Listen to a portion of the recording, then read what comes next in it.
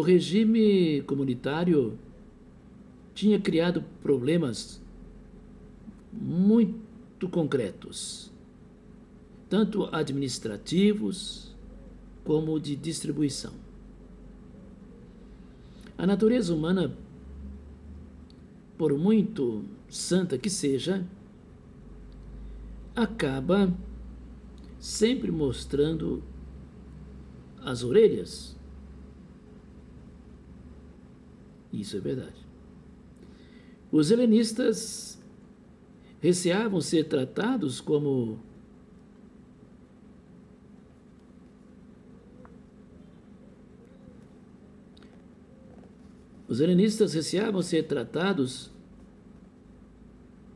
como cristãos de segunda categoria. Particularmente no momento em que se distribuíam as ajudas, e esse fato foi no terreno prático, o resultado daquela tensão espiritual a que já nos referimos. Em pouco tempo, as reclamações tornaram-se tão fortes que houve necessidade de se procurar uma solução urgente.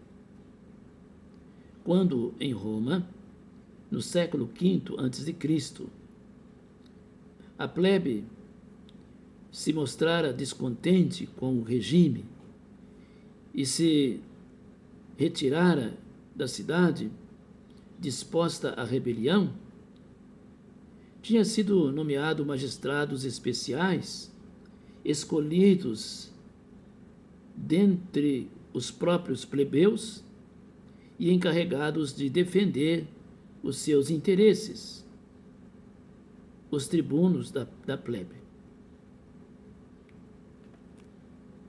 Idêntico raciocínio levou a comunidade cristã a dar aos helenistas as mesmas garantias, nomeando uma espécie de funcionários escolhidos nos grupos de fora da Palestina. Estes procurariam fazer reinar a equidade entre os dois grupos da igreja, aliviando ao mesmo tempo os apóstolos das tarefas administrativas.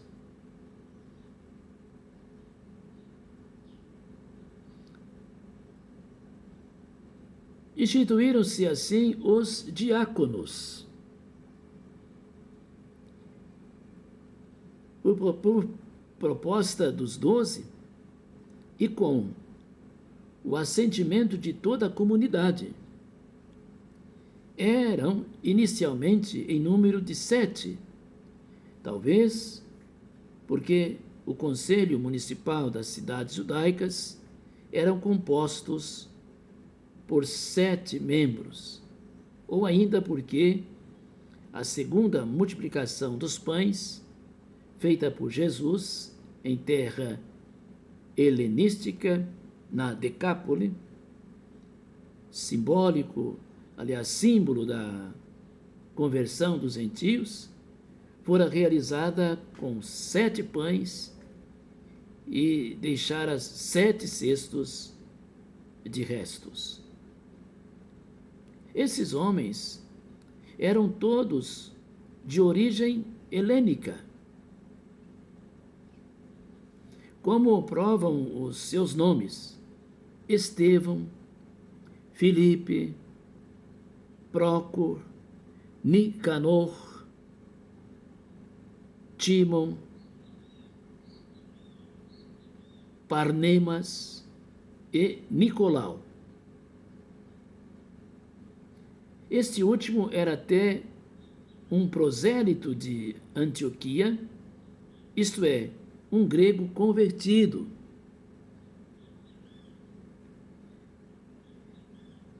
De que se cumpririam esses novos subchefes? Aliás, de que ocupariam estes novos subchefes da comunidade? Em primeiro lugar, da administração, pois para isso havia sido nomeados, mas certamente tratariam também da pregação e da propaganda. O seu caráter sagrado não podia ser posto em dúvida, pois a nomeação seguira-se uma cerimônia em que os apóstolos lhes haviam imposto as mãos, invocando sobre eles a graça do Espírito Santo. Uma vez sagrados, não são apenas ministros de um munus,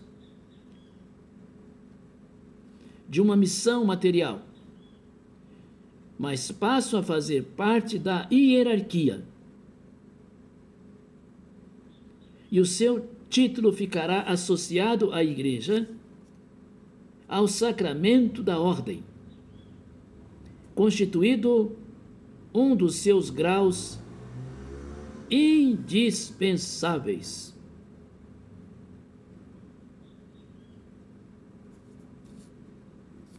Deste modo, os helenistas marcaram um tento importante.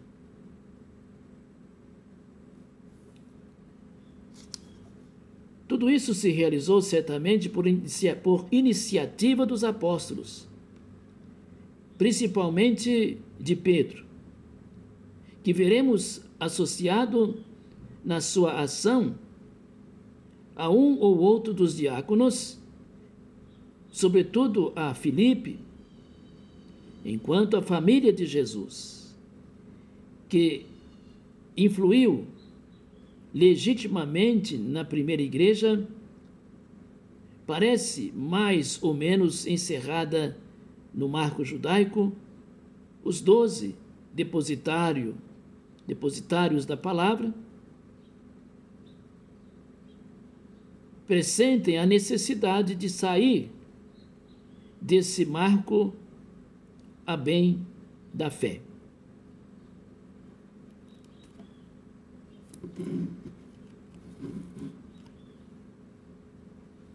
Além disso,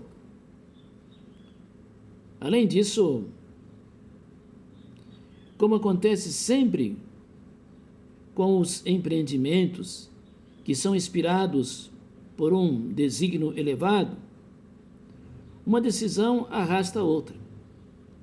E cada pequeno ato traz em si novas possibilidades de desenvolvimento. Esses diáconos eram homens mais jovens, mais abertos, mais voltados para a pregação exterior da fé e menos enleados no conformismo hebraico. Representarão um impulso novo e vigoroso para a igreja nascente.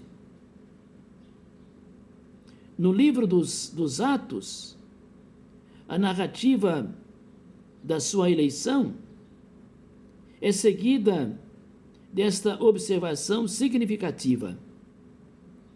E a palavra de Deus frutificava e multiplicava-se extraordinariamente o número dos discípulos em Jerusalém.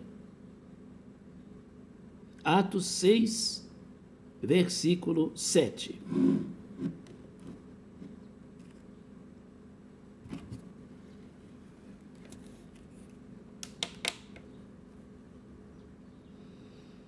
A história de Estevão, Atos 6, versículos de 8 a 7,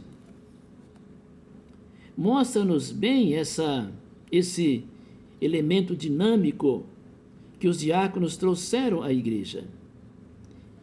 Era uma alma de fogo, transbordante de audácia, iniciador e modelo dessa imensa série de homens admiráveis que o cristianismo porá a serviço da sua causa e que, tendo encerrado a vida em Jesus, aliás, tendo encontrado a vida em Jesus, julgarão inteiramente natural sacrificá-la por amor dele. Helenista, talvez mesmo alexandrino de origem, conhecedor das doutrinas filosóficas dos gregos, tanto quanto das tradições hebraicas, esse homem encarna maravilhosamente o espírito novo, voltado para a conquista e resolutamente disposto a enfrentar as necessárias rupturas.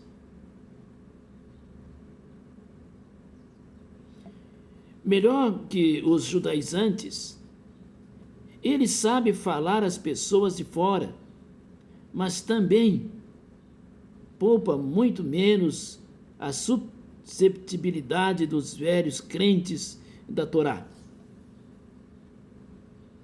São Pedro, ao ensinar as multidões de Jerusalém, procurava, sobretudo, mostrar que Jesus fora o Messias, o último remate de Israel. Estevão, porém, reteve especialmente aquelas frases em que se diz que não se deita vinho novo em odres velhos, nem se cose um remendo novo num pano velho. Os judeus tradicionalistas não se enganavam, portanto. Aí está um perigoso adversário. Nem mesmo as gentes da diáspora se deixam iludir por um só momento. Este homem não cessa de proferir palavras contra este lugar santo e contra a lei.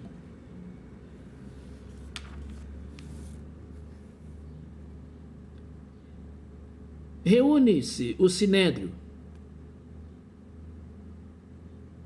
Reúne-se o Sinédrio. Naqueles dias, no ano 36 da nossa era, as autoridades judaicas deviam sentir-se mais livres, porque Pôncio Pilatos acabava de ser chamado a Roma para explicar algumas violências recentes e muito flagrantes, e defendia-se mal perante Calígula.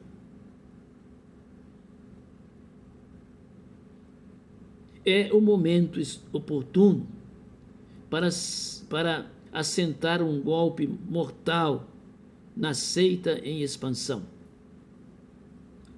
Estevão é trazido à presença dos juízes. Nem por um instante pensa em salvar a cabeça.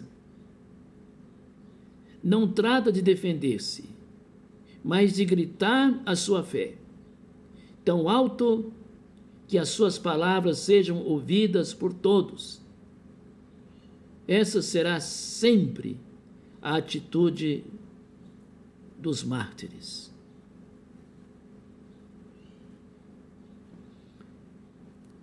O discurso que pronuncia é belo, cheio de rigor e de força de raciocínio, ligando a mensagem de Cristo a tudo o que a anuncia nas Escrituras e revelando-a como a conclusão necessária destas. Mas, acima de tudo, o discurso é belo pela sua altivez. Estalam as acusações contra a nação predestinada, mas infiel. E termina o seu longo, arrazoado apologético com estas palavras: duros de cerviz e incircunciosos de coração e também de ouvidos. Vós sempre resististes ao Espírito Santo, como os vossos pais procederam, assim também vós. Que profeta os vossos pais não perseguiram? Mataram os que prediziam a vinda do justo, de quem agora vós vos tornastes traidores e assassinos, vós que recebestes a lei por ministério dos anjos e não aguardastes. 7:51 a 53 dos Atos dos Apóstolos. Era demasiado. Os judeus vociferam perante as provocações. Estevão sabe perfeitamente qual é a sua sorte que o espera. Qual é a sorte que o espera? Vê antecipadamente os céus abertos e o Filho do Homem sentado à direita do Pai. Assim o diz: blasfêmia, blasfêmia. Exasperados